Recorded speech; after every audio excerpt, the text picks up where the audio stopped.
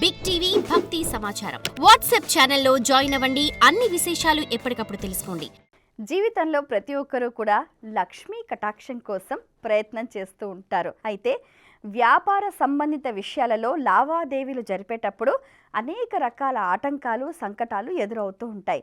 రావాల్సిన డబ్బు సమయానికి అందకపోవటం, మనం వేరే వాళ్ళకు డబ్బు ఇవ్వాల్సిన సందర్భాలలో ఇబ్బందులు ఎదురవ్వటం, భౌతికమైన సమస్యలు, ఇలా ఎన్నో ప్రతి ఒక్కరిని చుట్టుముట్టేస్తూ ఉంటాయి. ఈ సందర్భంలో వీటన్నిటి నుంచి బయటపడి ఆ లక్ష్మీదేవి కటాక్షం కలగాలంటే ఏం చేయాలంటే చిన్న ఉపాయం అక్షయ తృతీయ నాడు చేస్తే సరి.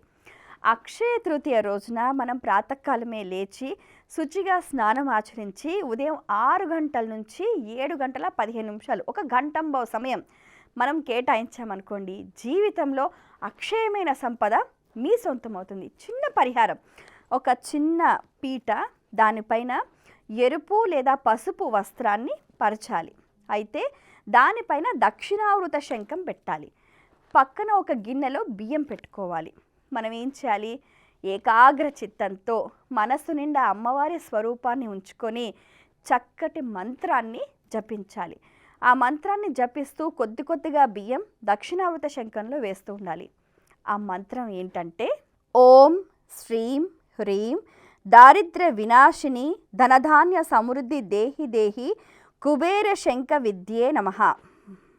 మళ్ళీ చెప్తున్నా, ఓం శ్రీం హ్రీం దారిద్ర్య వినాశిని ధనధాన్య సమృద్ధి దేహి దేహి కుబేర శంఖ విద్యే నమః.